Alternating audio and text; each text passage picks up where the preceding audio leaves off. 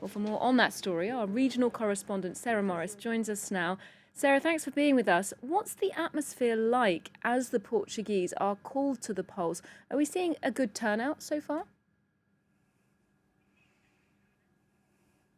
The politicians are very nervous about that turnout. There has been already about 300,000 people voting the previous weekend, a week ago. That was a special measure to help ensure that there weren't huge queues today. But some of the polling stations we're seeing today have a limited number of people in them, a drip effect. The final numbers on turnout are not through, but we know that about a tenth of Portugal's 10 million people are isolating because of COVID-19.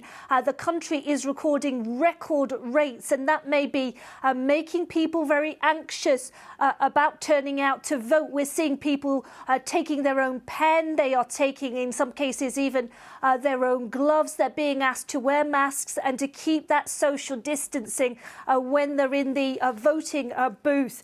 Now, many of the politicians have been making an appeal, saying that this is an absolutely key vote and that it is safe. All measures have been taken at the voting booths to make sure that people can vote safely. As you mentioned, 16.6 billion euros is at stake for the Portuguese people, that pandemic relief fund that should flow from the European Union. But some of the politicians, including the incumbent socialist Prime Minister Antonio Costa, warning that stability will be absolutely key to get those funds flowing as soon as possible.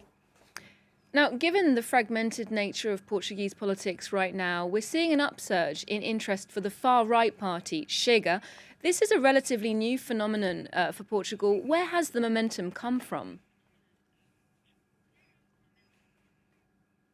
It is a new phenomenon, Olivia. Many people used to say that Portugal seemed to be immune to far-right populists, partly because they had spent decades under a far-right dictatorship. But the rise and the success, the media attention that André Ventura, who is that one-man band from Chega, the Chega means enough in Portuguese, the attention he's received, and some of the opinion polls giving him and his party as much as 6% and potentially third place has made people think, could the far right become the kingmaker in this fragmented parliament? And could the centre-right PSD party, if it comes out on top, could they need that far-right party enough to have to keep them happy in some form or other? This is a party that has a lot of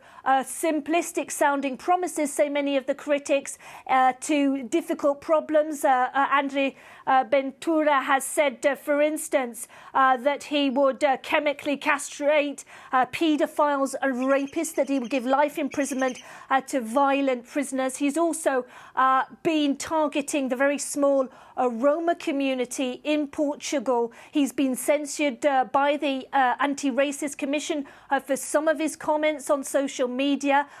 He has often railed against what he says are welfare scroungers.